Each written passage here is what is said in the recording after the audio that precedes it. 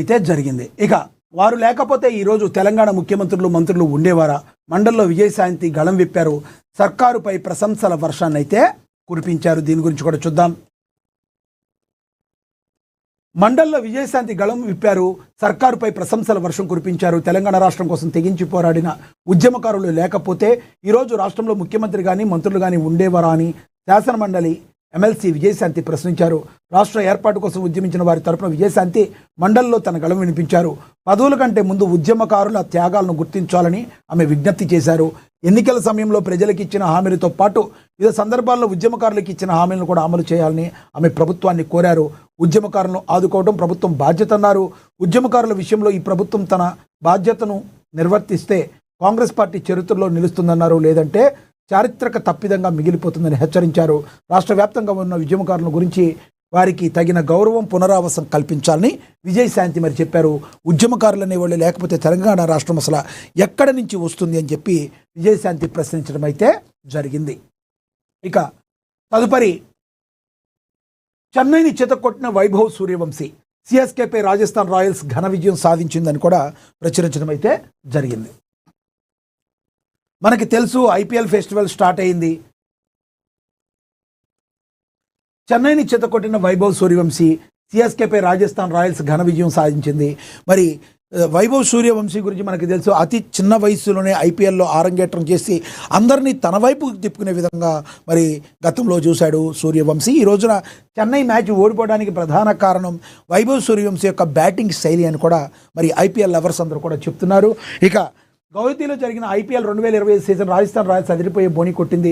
యువ సంచలనం వైభవ్ సూర్యవంశీ 17 బంతుల్లో 52, 4 4లు 5 6లు ఆకస్మిక హద్దుగా చెలరేగడంతో చెన్నై సూపర్ కింగ్స్పై 8 వికెట్ల తేడాతో ఘన విజయం సాధించింది. సోమవారం గౌహతిలోని బర్సాపరా స్టేడియం వేదికగా రాజస్థాన్ రాయల్స్తో జరిగిన ఉత్కంఠభరిత పోరులో రుతురాజ్ గైక్వాడ్ నాయకత్వంలోని చెన్నై జట్టు 8 వికెట్ల తేడాతో ఘోర పరాజయాన్ని మూటకట్టుకుంది.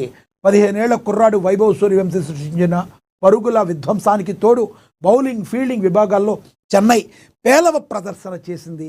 జట్టుది కొంప ముంచింది. పేక మేడలా కూలిన చెన్నై ఇన్నింగ్స్ అని కూడా ప్రశ్నించారు. మ్యాచ్ ఆరంభానికి ముందే పిచ్చి స్వభావాన్ని పసిగట్టిన Rajasthan Royals captain Riyan Parag toss గెలిచి ఏమాత్రం సంకోచించకుండా బౌలింగ్ ఎంచుకున్నాడు. తన బౌలర్లపై అతను పెట్టుకున్న నమ్మకాన్ని వారు 100% వమ్ము చెయ్యలేదు. ఇన్నింగ్స్ ఆరంభం నుంచే రాజస్థాన్ పేసర్లు జోఫ్రా ఆర్చర్, నాంద్రే బర్గర్ నిప్పులు చెరుగుతూ బంతులతో చెన్నై సూపర్ కింగ్స్ టాప్ ఆర్డర్ను కకలావికలం చేశారు. వారి వేగానికి తోడు స్పిన్నర్ల మాయాజాలం జతకలవడంతో చెన్నై బ్యాటర్లు క్రీజులో నిలదొక్కుకోవడానికి తీవ్రంగా శ్రమించారు.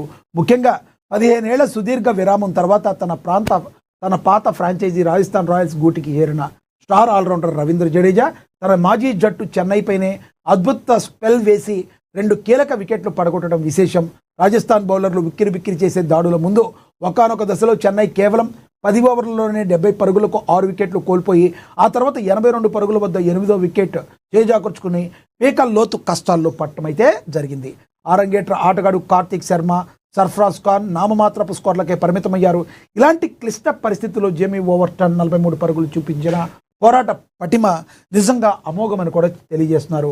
ఇక 15 ఏళ్ల కుర్రాడి ప్రళయ రికార్డు మోత 128 స్వల్ప లక్ష్య ఛేదనలో బరిలోకి దిగిన రాజస్థాన్ రాయల్స్ ఇన్నింగ్స్ చూస్తే మైదానంలో తుఫాన్ వచ్చినట్లుగా అనిపించింది. ఓపెనర్గా మరి బరిలోకి దిగిన వైభవ్ సూర్యవంశీ అందించిన రాకెట్ లాంటి ఆరంభాన్ని మరో ఓపెనర్ యశస్వి జైస్వాల్ ఎంతో బాధ్యతాయుతంగా ముందుకు తీసుకెళ్లారు. వైభవ్ అవుట్ అయిన తర్వాత క్రీజులోకి వచ్చిన వికెట్ కీపర్ ధ్రువ్ జురెల్ కాసేపు బ్యాట్ జుడిపించి అన్షుల్ కాంపోజ్ బౌలింగ్లోనే క్లీన్ బౌల్డ్ అయ్యాడు. ఆ తర్వాత బ్యాటింగ్కి వచ్చిన కెప్టెన్ రియాన్ పరాగ్, యశస్వి జైస్వాల్ ఎలాంటి తడబాటు లేకుండా మ్యాచ్ను లాంఛనంగా అయితే ముగించారు. ఓవరాల్గా మరి చెన్నై సూపర్ కింగ్స్ మీద మరి ఆర్ఆర్ బోని కొట్టింది.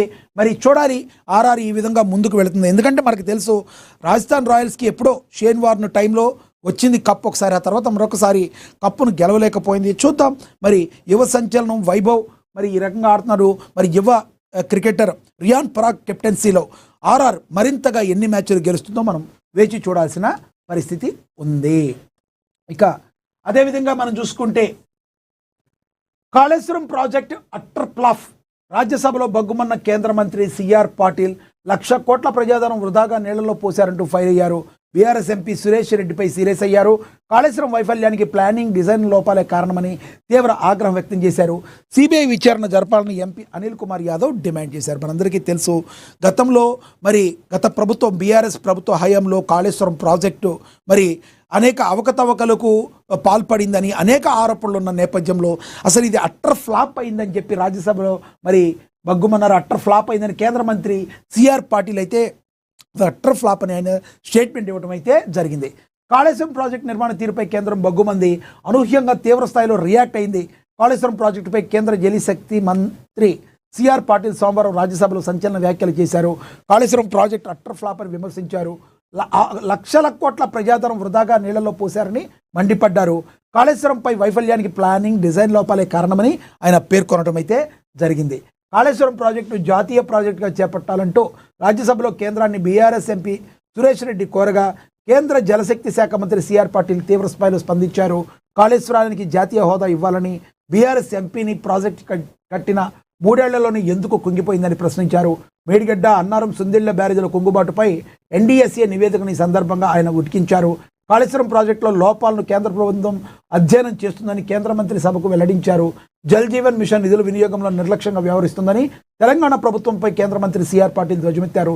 రాష్ట్రంలో 873 కోట్ల వద్ద ఉన్న 3 ఏళ్లలో ఖర్చు చేసిన కేవలం 194 కోట్లేనని గుర్తు చేశారు. 3 ఏళ్లుగా ఒక్క కొత్త స్కీమ్ ప్రతిపాదన కూడా తెలంగాణ ప్రభుత్వం నుంచి రాలేదని సిఆర్ పాటిల్ పెదవి విరిచారు. కాబట్టి ఓవరాల్గా చూస్తే గత ప్రభుత్వ హయాంలో తెలంగాణకు ఎంత అన్యాయం జరిగింది, అసలు ఈ ప్రాజెక్ట్ కాళేశ్వరం ప్రాజెక్ట్ అనేది తప్పుల తడకగా ఉంది, అట్టర్ ఫ్లాప్ అయిపోయింది, దీనిలో ఈ మోడల్లోనే ప్రాబ్లం ఉందని చెప్పి సిఆర్ పాటిల్ మాట్లాడటం అయితే జరిగింది.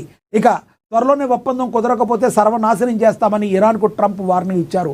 ఇరాన్ వీలైనంత త్వరగా ఒప్పందం చేసుకుని హార్ముజ్ జలసంధిని తెరవాలని అమెరికా అధ్యక్షుడు డొనాల్డ్ ట్రంప్ పేర్కొన్నారు. త్వరగా ఒప్పందం కుదుర్చుకోకపోతే ఇరాన్ విద్యుత్ ఉత్పత్తి కేంద్రాలు, చమురు క్షేత్రాలు, కర్గ్ ద్వీపాన్ని తుడిచిపెట్టేస్తామని తీవ్రంగా హెచ్చరించారు డొనాల్డ్ ట్రంప్. అసలు ట్రంప్ ఇది ఏం చేద్దాం అనుకుంటున్నారో ప్రపంచాన్ని తెలియదు, కానీ స్టార్ట్ చేసింది ఆయనే, క్లోజ్ చేసింది కూడా ఆయన మీదే ఉంటుంది. కానీ ఎక్కడి వరకు తీసుకెళ్తావు? పక్కనేమో ఇరాన్ ఏమో లొంగడం లేదు. దీని గురించి ఏం ప్రచురించారు చూద్దాం ఒకసారి.